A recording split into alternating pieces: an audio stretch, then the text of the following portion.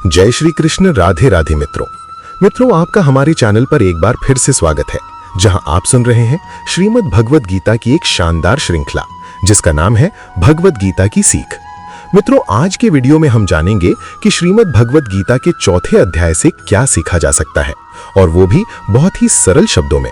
मित्रों, तीसरे अध्याय में हमने देखा कि भगवान श्री कृष्ण ने अर्जुन को बताया कि जो भी मानव श्रद्धा से युक्त होकर मेरे बताए रास्ते पर चलता है वो कर्मों के बंधन से मुक्त हो जाता है और मोक्ष को प्राप्त करता है।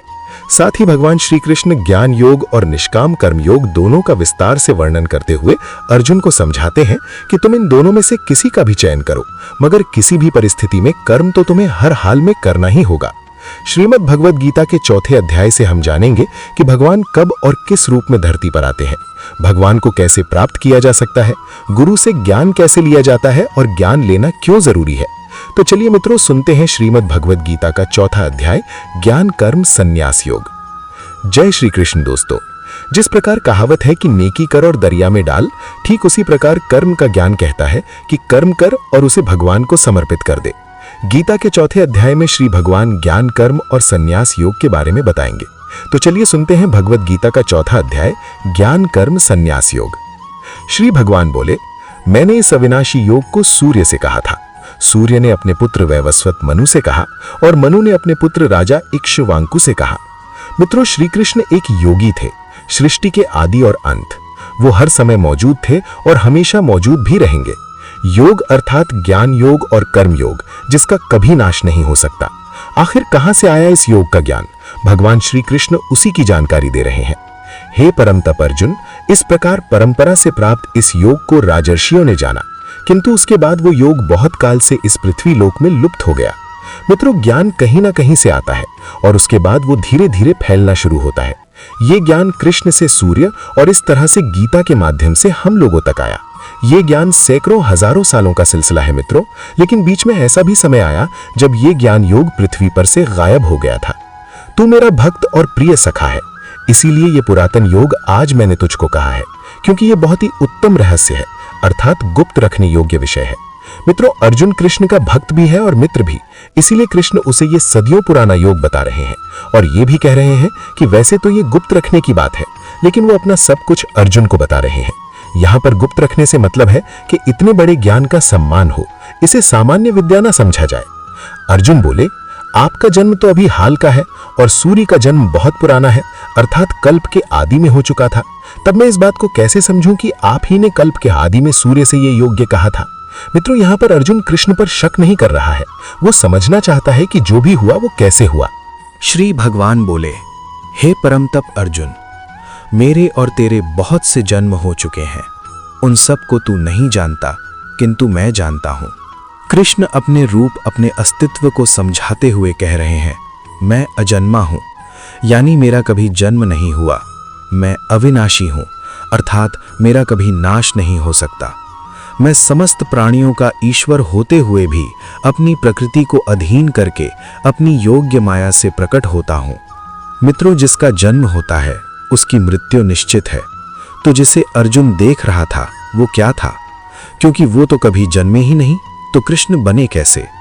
वो थी कृष्ण की योग्य माया। अपनी माया से कृष्ण ने खुद को ही प्रकट किया था। मनुष्यों में वो मनुष्यों जैसे आए थे ताकि हम सब के बीच हमारे जैसे जीवन जी सके। हे भारत, जब जब धर्म की हानि और अधर्म की वृद्धि होती है, तब तब मैं अपने रूप को रचता हूं, अर्थात साकार रूप से लोगों के सम्मुख प्रकट होता हूं। मित्रों, हर काल में धर्म का नाश होता है, यानी कि अधर्म पाप बढ़ने लगता है। तब किसी ना किसी की जरूरत पड़ती है मित्रों कि कोई आए और सब कुछ ठीक करे। जब जब धर्म खतरे में आता है, तब तब कृष्ण अपना एक नया रूप रचते हैं और हमारे बीच में प्रकट होते हैं, और इसी प्रकट होने को ही अवतार कहते हैं। श्री कृष्ण कहते हैं, साधु पुरुषों का उद्धार करने के लिए, पाप कर्म करने वालों का विनाश करने के लिए और धर्म की अच्छी तरह से स्थापना करने के लिए मैं युग युग में प्रकट हुआ करता हूं। साधु का उद्धार यानी भला और पापियों को खत्म करना ही धर्म की रक्षा करना है। आपको लगता होगा दोस्तों कि आज की इस दुनिया में बिना बेईमानी के जीना संभव ही नहीं, क्योंकि हर कोई तो पाप करने पर उतारू है। मित्रों, सच्चाई की राह छोड़कर गलत कर्म करना ही अधर्म है और श्री कृष्ण अधर्म को खत्म करते हैं। हे अर्जुन, मेरे जन्म और कर्म दिव्य है, अर्थात निर्मल और अलौकिक है। इस प्रकार जो मनुष्य इस तत्व को अच्छे से जान लेता है वो शरीर को त्याग कर फिर जन्म को प्राप्त नहीं होता, किंतु मुझे ही प्राप्त होता है। पहले भी जिनके राग, भय और क्रोध सर्वथा नष्ट हो गए थे और जो मुझ में अनन्य प्रेम पूर्वक स्थिर रहते थे, ऐसे मेरे आश्रित रहने वाले बहुत से भक्त उपर्युक्त ज्ञान रूप ताप से पवित्र होकर मेरे स्वरूप को प्राप्त हो चुके हैं, अर्थात वो जन्म और मरण के बंधनों से मुक्त हो चुके हैं। हे अर्जुन, जो भक्त मुझे जिस प्रकार भजते हैं मैं भी उनको उसी प्रकार भजता हूं, क्योंकि सभी मनुष्य सब प्रकार से मेरे ही मार्ग का अनुसरण करते हैं। मित्रों, श्री कृष्ण यहाँ पर कितनी बड़ी बात कह रहे हैं। जो उनको भजते हैं कृष्ण वापस से उनको उसी प्रकार भजते हैं। कहने का अर्थ है कि जो कृष्ण की स्वरूप को, उनके ज्ञान को और उनकी कही बातों को अच्छे से समझ जाता है वो एक तरह से कृष्ण में मिल जाता है। यहाँ भजने से मतलब पूजा पाठ या आरती नहीं समझ लीजिएगा मित्रों। सच्चे अर्थों में भगवान को भजने का मतलब है उसकी कही बातों पर चलना। श्री कृष्ण कहते हैं, इस मनुष्य लोक में कर्मों के फल को चाहने वाले लोग देवताओं का पूजन किया करते हैं, क्योंकि उनको कर्मों से उत्पन्न होने वाली सिद्धि शीघ्र मिल जाती है। मित्रों, जो लोग कृष्ण के कहे अनुसार कर्म करते हैं और साथ में देवताओं की पूजा करते हैं, उन्हें उनके कर्मों के फल जल्दी मिल जाते हैं। ब्राह्मण, क्षत्रिय, वैश्य और शूद्र, इन 4 वर्णों का समूह गुण और कर्मों के अनुसार मेरे द्वारा रचा गया है। इस प्रकार उस सृष्टि रचना द कर्म का कर्ता होने पर भी मुझ अविनाशी परमेश्वर को तू वास्तव में अकर्ता ही जान। मित्रों, जिसे हम जात या जाति कहते हैं वो आपके गुण और कर्मों पर निर्भर करती है मित्रों, जन्म पर नहीं। हो सकता है कि आपका जन्म एक अच्छे घर में हुआ हो, आपके माता और पिता अच्छे इंसान हो, लेकिन अगर आप धूर्त हैं, झूठे हैं या गलत काम करते हैं तो क्या आपको भी सच्चा और अच्छा कहा जाएगा? बिल्कुल नहीं मित्रों। हे अर्जुन, कर्मों के फल में मेरी स्पृहा नहीं है, इसीलिए मुझे कर्म लिप्त नहीं करते। यहाँ श्री भगवान के कहने का भाव है कि कर्म करो लेकिन फल की इच्छा से नहीं, बस अपना कर्म करते जाओ और आगे बढ़ते जाओ। श्री कृष्ण आगे अर्जुन को बताते हैं कि पूर्व काल में पूर्वजों ने भी इस प्रकार मेरे बताए अनुसार ही कर्म किए हैं और मोक्ष को प्राप्त हुए हैं। इसलिए अगर तू भी मोक्ष को पाना चाहता है तो पूर्वजों द्वारा सदा से किए जाने वाले कर्मों को ही कर। कर्म क्या है और अकर्म क्या है, इस प्रकार इसका निर्णय करने में बुद्धिमान पुरुष भी मोहित हो जाते हैं। इसलिए वह कर्म तत्व मैं तुझे भली भांति समझा कर कहूंगा, जिसे जानकर तू अशुभ से अर्थात कर्म बंधन से मुक्त हो जाएगा। मित्रों, यहाँ श्री भगवान बताएंगे कि सही में कर्म क्या है।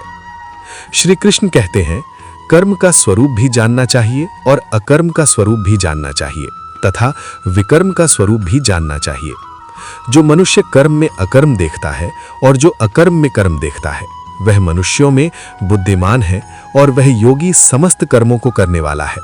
यहाँ श्री भगवान का भाव है कि जो मनुष्य कर्म तो करता है लेकिन उस कर्म में अकर्म को देखता है, अर्थात यह नहीं सोचता कि मैं ही करता हूँ, वह फल की इच्छा नहीं रखता, सही मायने में वैसा बुद्धिमान पुरुष योगी के समान है। कृष्ण कर्म को आगे समझाते हुए कहते हैं कि हे अर्जुन, जिसके संपूर्ण कर्म बिना कामना और संकल्प के होते हैं तथा जिसके समस्त कर्म ज्ञान रूप अग्नि के द्वारा भस्म हो गए हैं, अर्थात जो कर्मों के बंधन से मुक्त हो चुके हैं, जिन्हें परमात्मा की प्राप्ति हो गई है, उस महापुरुष को ज्ञानी जन भी पंडित कहते हैं। दोस्तों, सीधी भाषा में इसे ऐसा समझिए कि कर्म करना है और उसे भूल जाना है। लेकिन कौन सा कर्म? शास्त्र विहित कर्म, अर्थात जिस कर्म को शास्त्र ठीक बताएं, जिसमें धर्म का पालन हो, जिसमें आपका कर्तव्य समाहित हो। जो पुरुष समस्त कर्मों में और उनके फल में आसक्ति का सर्वथा त्याग करके संसार के आश्रय से रहित हो गया है और परमात्मा में नित्य तृप्त है, उसके लिए भगवान की भक्ति के अलावा और कोई कर्म नहीं रह जाता, अर्थात वह कर्म करते हुए भी वास्तव में कुछ भी नहीं करता। जिसने अपने मन और इंद्रियों को जीत लिया है और जिसने समस्त भोगों की सामग्री का परित्याग कर दिया है, ऐसा आशा रहित पुरुष केवल शरीर संबंधी कर्म करता हुआ भी पापों को नहीं प्राप्त होता। जिसको बिना मांगे जो मिले उसी में संतुष्ट रहता है, जो ना किसी से ईर्ष्या करता है और ना द्वेष, जो सुख दुख को एक समान भाव से देखता है, ऐसा मनुष्य कर्म योगी कहलाता है। कर्म योगी की परिभाषा को समझाते हुए श्री कृष्ण बता रहे हैं कि योगी को जो भी बिना इच्छा के मिल जाता है वह उसी में संतुष्ट रहता है, जो किसी से जलन नहीं रखता कि उसके पास मुझसे ज्यादा पैसा या जमीन जायदाद है, जो हार या जीत, सुख और दुख इन सब में एक जैसा महसूस करता है, वही असली कर्मयोगी है। जिसकी आसक्ति सर्वथा नष्ट हो गई है, जो अपने देह पर अभिमान नहीं करता और जो ममता से रहित हो गया है, जिसका चित्त निरंतर परमात्मा की ज्ञान में स्थित रहता है। वैसा कर्मयोगी अपना कर्म यज्ञ की तरह करता है और मोक्ष को प्राप्त होता है, जो अपना सब कुछ परमात्मा को अर्पित कर देता है, जिसके लिए परमात्मा ही सब कुछ है, जो अपने हर कर्म में परमात्मा को देखता है और हर कर्म परमात्मा के लिए करता है। वैसा कर्मयोगी मोक्ष का अधिकारी होता है। कुछ योगी देवताओं को सब कुछ मानकर यज्ञ को उनको समर्पित करते हैं, और जो पहुंचे हुए कर्मयोगी होते हैं वो ब्रह्म को सब कुछ मानकर यज्ञ को सौंपते हैं। चाहे आप राम कृष्ण, शिव या दुर्गा या अपने इष्ट को सब कुछ सौंपकर यज्ञ करें या ब्रह्म को सबसे बड़ा सच मानकर कर्म करें, इससे कोई फर्क नहीं पड़ता है। बस ये याद रखना है कि आपका कर्म भी एक यज्ञ है, जिसमें आप उस ईश्वर को अपना सब कुछ सौंप के बस काम में लग जाते हैं। जो योगी होते हैं वो अपने संयम की आग में अपने इंद्रियों को अर्थात अपनी इच्छाओं को डालकर भस्म कर देते हैं, और जो योगी नहीं होते हैं वो ठीक इसका उल्टा करते हैं। वो अपना सब कुछ इन इंद्रियों में भस्म कर देते हैं, अर्थात अपने इंद्रियों का गुलाम बन जाते हैं। अपनी इंद्रियों को वश में करने का सबसे बड़ा तरीका है ज्ञान। ज्ञान से ही योगी लोग अपने मन को नियंत्रण में करते हैं। जब भी कोई बुरा विचार आता है तो उनका ज्ञान ही उसे बताता है कि उनके जीवन का लक्ष्य ये नहीं है। हर किसी का युद्ध अलग है, इसलिए हर किसी का यज्ञ और हर किसी का कर्म भी यज्ञ है। यही बात श्री कृष्ण हमें बता रहे हैं। कई पुरुष द्रव्य संबंधी यज्ञ करने वाले हैं, कितने ही तपस्या रूप यज्ञ करने वाले हैं, तथा दूसरे कितने ही योग रूप यज्ञ करने वाले हैं। कितने ही अहिंसादित तीक्ष्ण व्रतों से युक्त यत्नशील पुरुष स्वाध्याय रूप ज्ञान यज्ञ करने वाले हैं। मित्रों, इसलिए अपना यज्ञ पहचानिए और कर्म चुनिए। आगे श्री कृष्ण प्राणायाम से जुड़े आयाम बता रहे हैं, जरा ध्यान से सुनिए। मित्रों, कितने ही योगी जन अपान वायु में प्राण वायु को हवन करते हैं, वैसे ही अन्य योगी जन प्राण वायु में अपान वायु को हवन करते हैं, तथा अन्य कितने ही नियमित आहार करने वाले प्राणायाम परायण पुरुष प्राण और अपान की गति को रोककर प्राणों को प्राणों में ही हवन किया करते हैं। ये सभी साधक यज्ञों द्वारा पापों का नाश कर देने वाले और यज्ञों को जानने वाले हैं। प्राण का अर्थ है सांस अंदर खींचना और अपान का अर्थ है सांस को छोड़ना। कौन कितना पहुंचा हुआ योगी है उसकी अलग अलग अवस्था होती है। यहाँ श्री भगवान यही बात समझा रहे हैं। यज्ञ की महिमा का बखान करते हुए श्री कृष्ण कहते हैं, हे कुरुश्रेष्ठ अर्जुन, यज्ञ से बचे हुए अमृत का अनुभव करने वाले योगी जन सनातन पर ब्रह्म परमात्मा को प्राप्त करते हैं, और यज्ञ न करने वाले पुरुष के लिए तो ये मनुष्य लोक भी सुखदायक नहीं है, फिर परलोक कैसे सुखदायक हो सकता है। यज्ञ करने के बाद जो बचता है उसे श्री कृष्ण अमृत बता रहे हैं, और ये अमृत सीधे भगवान तक ले जाता है। मित्रों, यहाँ यज्ञ को आप कर्म भी समझ सकते हैं। कर्म करने के बाद जो उसका फल हो उसे भगवान का आशीर्वाद समझ उसमें संतुष्ट होकर अपने अगले कर्म में लग जाना चाहिए। कृष्ण आगे कहते हैं, इसी प्रकार और भी बहुत तरह के यज्ञ वेद की वाणी में विस्तार से कहे गए हैं। उन सबको तू मन, इंद्रिय और शरीर की क्रिया द्वारा संपन्न होने वाला जान। इस प्रकार तत्व से जानकर उनके अनुष्ठान द्वारा तू कर्म बंधन से सर्वथा मुक्त हो जाएगा, अर्थात तू परमात्मा को प्राप्त हो जाएगा। हे परम तप अर्जुन, आहुति चढ़ाकर किए गए यज्ञ की अपेक्षा ज्ञान यज्ञ अत्यंत श्रेष्ठ है। एक यज्ञ तो वो होता है जिसमें हवन में आप देवताओं का आवाहन कर उन्हें अलग अलग द्रव्य जैसे घी इत्यादि चढ़ाते हैं, और एक दूसरा होता है ज्ञान यज्ञ। ज्ञान यज्ञ वो है जिसमें अपनी इंद्रियों को वश में रखते हैं, अपनी सांसों पर नियंत्रण रखते हैं, कर्म तो करते हैं लेकिन फल की इच्छा नहीं रखते हैं। ये सब ज्ञान यज्ञ ही तो है। ज्ञान यज्ञ द्रव्य यज्ञों से कहीं ज्यादा अच्छे हैं। ज्ञान यज्ञ हमें सीधे ईश्वर से साक्षात्कार कराता है, हमें उनसे जोड़ता है। अर्जुन तो खुद भगवान के सामने था, लेकिन हम सब नहीं हैं। दोस्तों, अगर ये ज्ञान हमें समझ नहीं आ रहा तो हम तत्वदर्शी ज्ञानी महापुरुष के पास जाकर इस ज्ञान को या ब्रह्म को समझने की कोशिश कर सकते हैं। श्री कृष्ण अर्जुन के माध्यम से हम सबको कुछ बता रहे हैं। श्री कृष्ण कहते हैं, इस ज्ञान को तो तत्वदर्शी ज्ञानियों के पास जाकर समझ। उनको भली भांति दंडवत प्रणाम करने से, उनकी सेवा करने से और कपट त्याग कर सरलता पूर्वक प्रश्न करने से वे परमात्मा तत्व को भली भांति जानने वाले ज्ञानी महात्मा तुझे उस तत्व ज्ञान का उपदेश देंगे जिसको जानकर फिर तू इस प्रकार मोह को नहीं प्राप्त होगा। तथा हे अर्जुन, उस ज्ञान को प्राप्त करके उस पर अमल करके तू परमात्मा को प्राप्त हो जाएगा। यदि तू अन्य सब पापियों से भी अधिक पाप करने वाला है तो भी तू ज्ञान रूप नौका द्वारा परमात्मा की भक्ति करके पाप रूपी समुद्र से तर जाएगा। क्योंकि हे अर्जुन, जैसे प्रज्वलित अग्नि ईंधन को भस्ममय कर देता है, वैसे ही ज्ञान रूप अग्नि संपूर्ण कर्मों को भस्ममय कर देता है और मनुष्य परमात्मा को प्राप्त हो जाता है।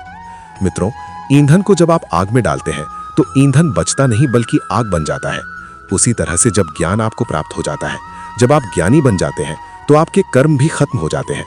यहाँ पर कर्मों के खत्म होने का मतलब ये नहीं है कि आप कर्म करना छोड़ देते हैं। इसका मतलब है कि आप कर्मों के बंधन से छूट जाते हैं। कर्म करते हैं उसे कर्तव्य मानकर, ना कि उसके फल के लिए। यही तो ज्ञान है जिसे हम सबको जानना चाहिए।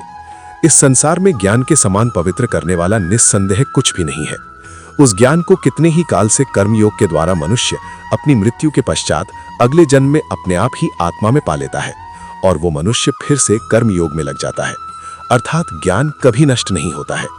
जिसने अपनी इंद्रियों को जीत लिया है वह मनुष्य ज्ञान को प्राप्त होता है और भगवान की प्राप्ति कर परम शांति को प्राप्त हो जाता है। विवेकहीन और श्रद्धा रहित और संशय युक्त मनुष्य इस ज्ञान को कभी प्राप्त नहीं कर पाता है। ऐसे संशय युक्त मनुष्य के लिए ना ये लोक है, न परलोक है और ना ही सुख है। हे धनंजय, जिसने कर्म योगी की विधि से समस्त कर्मों को परमात्मा में अर्पण कर दिया है और जिसने विवेक द्वारा समस्त संशय का नाश कर दिया है, ऐसे मन को वश में किए हुए पुरुष को कर्म नहीं बांधते और वो सीधे परमात्मा को प्राप्त होते हैं। इसलिए हे भरतवंशी अर्जुन, तू हृदय में स्थित इस अज्ञान जनित अपने संशय का विवेक ज्ञान रूप तलवार द्वारा छेदन करके समत्व रूप कर्म योग में स्थित हो जा और युद्ध के लिए तैयार हो जा। इस प्रकार उपनिषद, ब्रह्म विद्या तथा योग शास्त्र रूप श्रीमद् भगवद गीता के श्री कृष्ण अर्जुन संवाद में दिव्य ज्ञान योग नाम का चौथा अध्याय संपूर्ण हुआ। दोस्तों, अगर आपको हमारा ये वीडियो पसंद आया तो कमेंट में जय श्री राधे कृष्ण लिखें